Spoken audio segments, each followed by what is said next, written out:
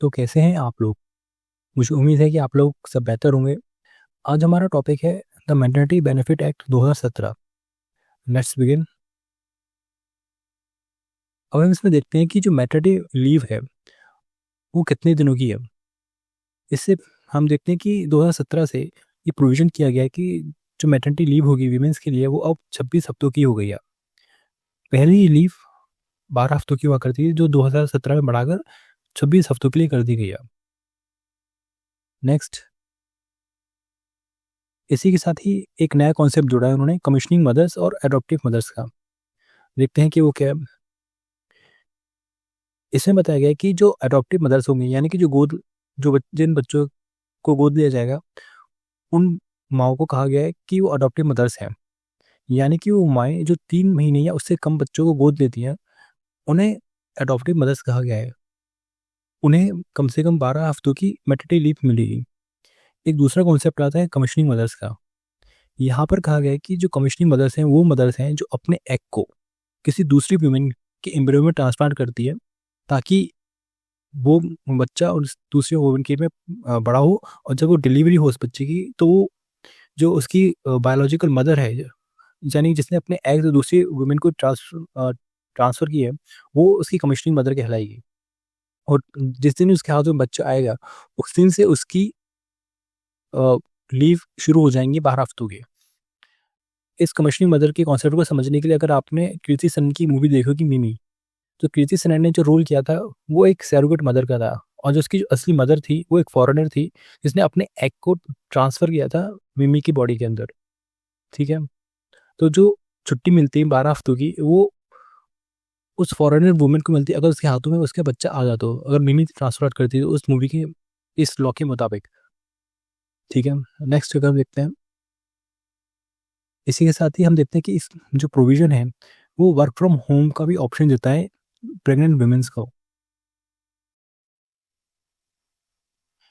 Next हम देखते हैं क्रेश फैसिलिटी। अब ये क्रेश फैसिलिटी क्या होती है? आपने डे केयर सेंटर्स का नाम सुना होगा, हिंदी में इसे शिशु केंद्र कहते हैं।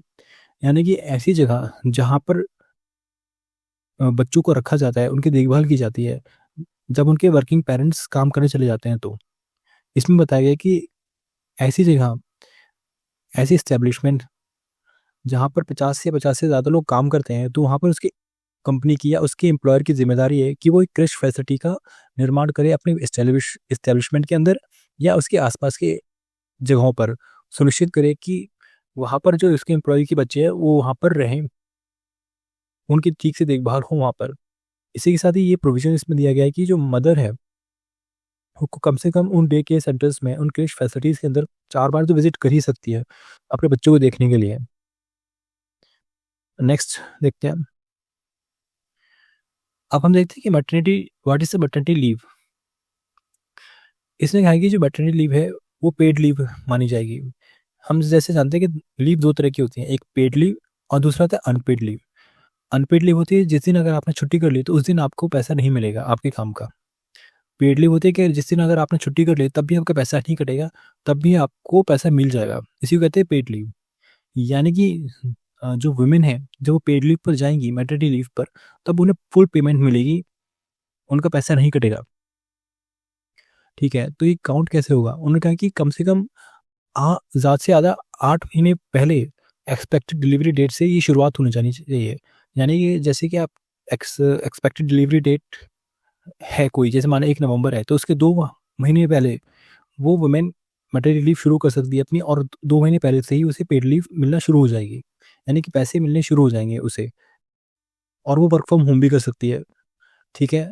और उसके बाद जो बचे रेस्ट साढ़े 4 महीने हैं, वो बच्चे की देखभाल कर सकती है उस टाइम पर, यानी कि पूरा 26 वीक इस तरीके से काउंट किया जाएगा, ठीक है? उससे पहले भी अगर वो कोई मेडिकल कंडीशन है, तब भी उसे पहले भी ले सकती है, ऐसा नहीं है।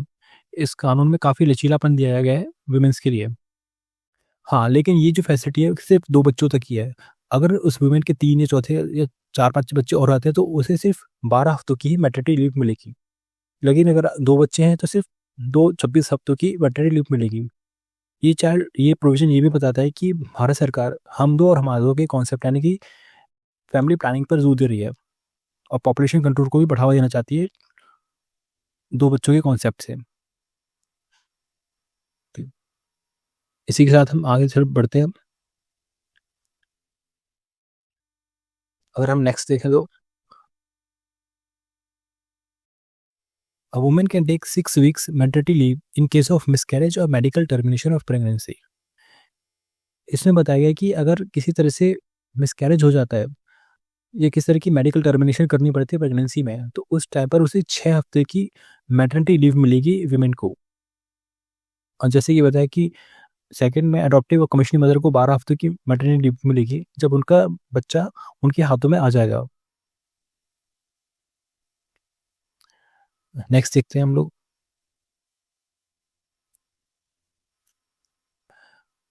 Maternity leave applicability. अभी कहाँ और किस तरह से एप्लीकेबल है।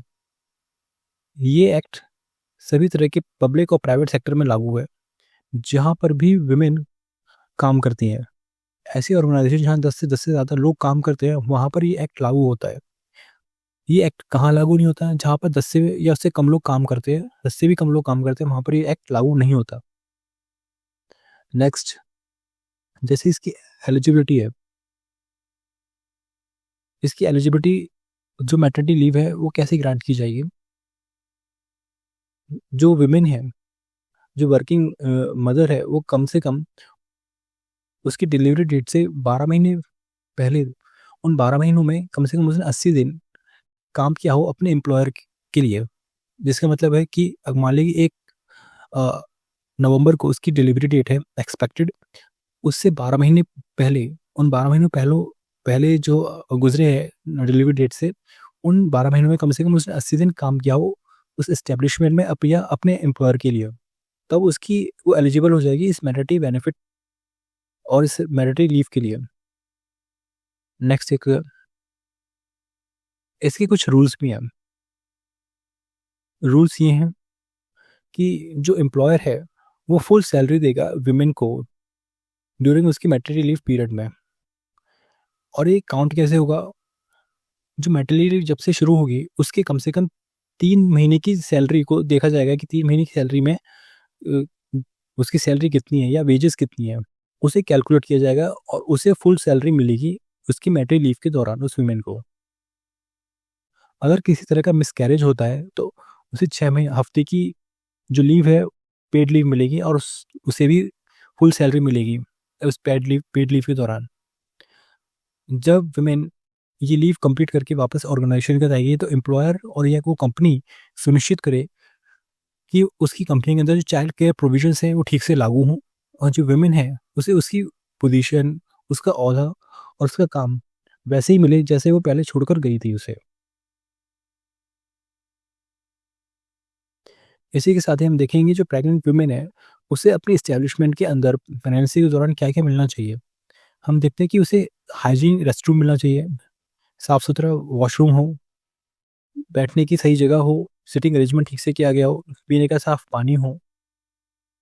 साथ ही एम्प्लॉयर यानी कंपनी ये सुनिश्चित भी करे कि जो प्रेग्नेंट वुमेन है उससे ज़्यादा मुश्किल काम ना कराया जाए, ज़्यादा लंबे-लंबे वर्किंग आवर्स है उसे ना दिए जाए और कम से कम 10 हफ्ते पहले जो इसकी एक्सपेक्टेड डिलीवरी डेट है,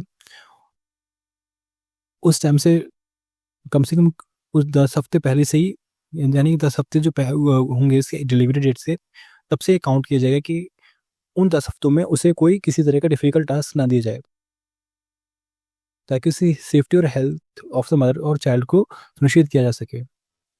इसी के साथ ही अगर एम्प्लॉयर और एम्प्लॉयी के बीच में किसी तरह की म्यूचुअल अंडरस्टैंडिंग हो जाती है और वो एक एग्रीमेंट कर लेते हैं कि 26 हफ्तों के अलावा भी उन्हें किसी तरह की लीव चाहिए, तो वो एम्प्लॉयर ग्रांट कर सकता है।